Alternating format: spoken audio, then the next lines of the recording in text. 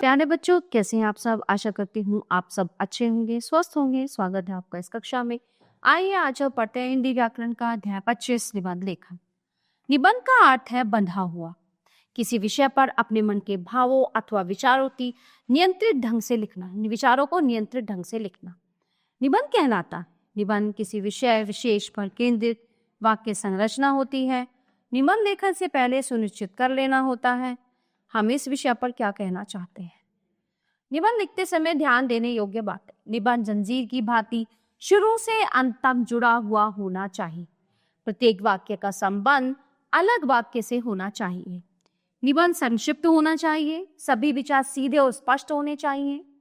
निबंध का आरंभ जिज्ञासा से, प्रश्न से, किसी सूक्ति से, कविता की पंक्ति से अथवा किसी घटना या समाचार आदि से होना चाहिए। आरंभ ऐसा हो कि पढ़ने वाला आगे भी पढ़ने के लिए उत्सुक। निबंध का अंत प्रेरणा देने वाला, रोचक और आशा जगाने वाला होना चाहिए। निबंध की संख्या लगभग 200 से 250 शब्द होनी चाहिए, यानी कि 200 से 250 होनी चाहिए। अभ्यास हेतु कुछ निबंध दिए जा रहे हैं, इन्हें पढ़िए।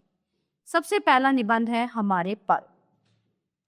भारतवासी उमंग और उल्लास से जीना जानते हैं। हजारों साल की गुलामी से भी हमारा उत्साह नहीं मरा। हमारी परंपराएं जीवित रहीं, हमारी संस्कृति बनी रही। इसका कारण है हमारे उत्सव। भारत के सबसे बड़े उत्सव है होली, दशहरा, दिवाली और ईद। होली भारत का सबसे आनंदित और रंगीन उत्सव है। इस अवसर पर होलिका और प्रहलाद की याद में रात को होली जलाई जाती है तथा अगले दिन फाग खेला जाता है। फाग के रंग, उल्लास, नाच गाने सबको रोचक बना देते हैं। दशहरे का त्योहार सीता की मुक्ति तथा रावण की मृत्यु की खुशी में मनाया जाता है। इस दिन देशवासी अपने अपने नगरों में रावण का पुतला जलाते हैं। लोग हजारों की भीड़ में इकट्ठे होते हैं और मेले का भरपूर आनंद लेते हैं। दशहरे से 15 दिन पहले देश में रामलीलाएं शुरू हो जाती हैं। दशहरे से 20 दिन बाद ज्योति का पर्व दिवाली आता है। ये भारत का सबसे बड़ा उत्सव है। इस दिन भगवान राम 14 वर्षों का वनवास काटकर अयोध्या वापस लौटे थे। इसी खुशी में लोग आज भी अपने घरों में घी के दीपक जलाते हैं। आजकल बिजली की लड़ियों से घर, दुकान आदि सजाए जाते हैं। बच्चे बम, पटाखे और आतिशबाजी का आनंद लेते हैं। इन दिनों बाजारों में बहुत रौनक होती है। लोग खूब खरीदारी करते हैं और अपने घर साफ करते हैं। 15 अगस्त और 26 जनवरी भारत के राष्ट्रीय पर्व हैं। इन पर ध्वज फहराया जाता है। सभी विद्यालयों तथा जिला केंद्रों पर देशभक्ति पूर्ण सांस्कृतिक कार्यक्रम किए जाते हैं। लोगों में अपार उत्साह होता है। 26 जनवरी को भारत का संविधान लागू हुआ था। इस दिन दिल्ली में राष्ट्रपति भवन के सामने विशाल उत्सव होता है। सभी प्रांतों की सेनाएं तथा कलाकार अपने अपने कार्यक्रम प्रस्तुत करके देशवासियों का मन मोह लेते हैं। इन पर्वों के अतिरिक्त क्रिसमस, रामनवमी, कृष्ण जन्माष्टमी, रक्षाबंधन, वसंत पंचमी, मकर संक्रांति आदि अनेक उत्सव बड़े धूमधाम से मनाए जाते हैं। अगला है मेरी प्रिय पुस्तक मेरा प्यारा भारतवर्ष, परिश्रम का महत्व, व्यायाम और स्वास्थ्य। चलिए व्यायाम और स्वास्थ्य देख लेते हैं क्या है इसमें। टॉमसन महोदय लिखते हैं, क्या लिखते हैं? आनंद स्वास्थ्य से मिलता है और स्वास्थ्य व्यायाम से। स्वस्थ रहने के लिए पौष्टिक भोजन उतना जरूरी नहीं जितना कि व्यायाम। व्यायाम शरीर को शक्तिशाली, स्वस्थ और निरोग बनाए रखता है। कहावत है, पहला सुख निरोगी काया। बीमार आदमी जीवन का कोई सुख नहीं ले पाता।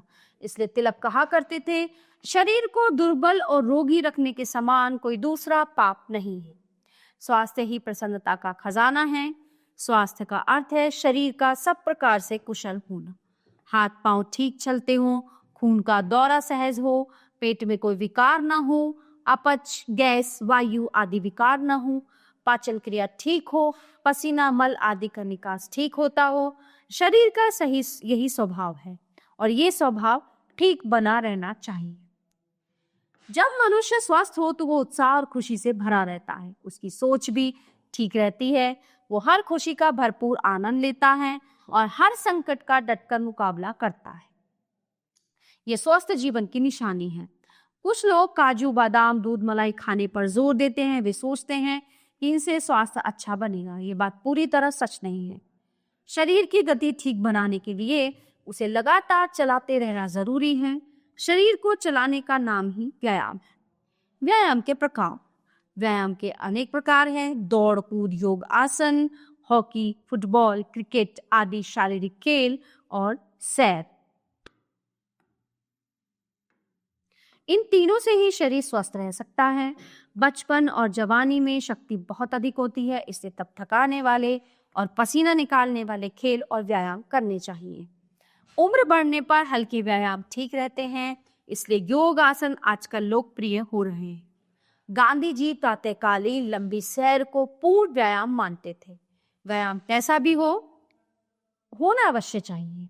व्यायाम का सबसे बड़ा लाभ यही है कि इससे शरीर चुस्त बना रहता है। चरक मुनि ने कहा है कि व्यायाम करने वालों पर बुढ़ापा सहसा आक्रमण नहीं करता। कसरती मनुष्य सदा जवान बना रहता है। आजकल व्यायाम के नए नए और आधुनिक सामान बनते जा रहे हैं। नगरों में जिम खुलते जा रहे हैं। वहाँ ऐसी ऐसी मशीनें हैं जिनसे आप अपने शरीर को मनचाहे रूप में ढाल सकते हैं। हमें उनका उपयोग करना चाहिए।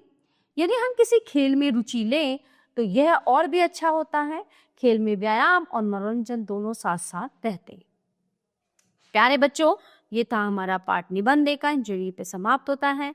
आशा करती हूँ आपको अच्छे से समझ आया होगा। मिलते हैं अगली कक्षा में। धन्यवाद।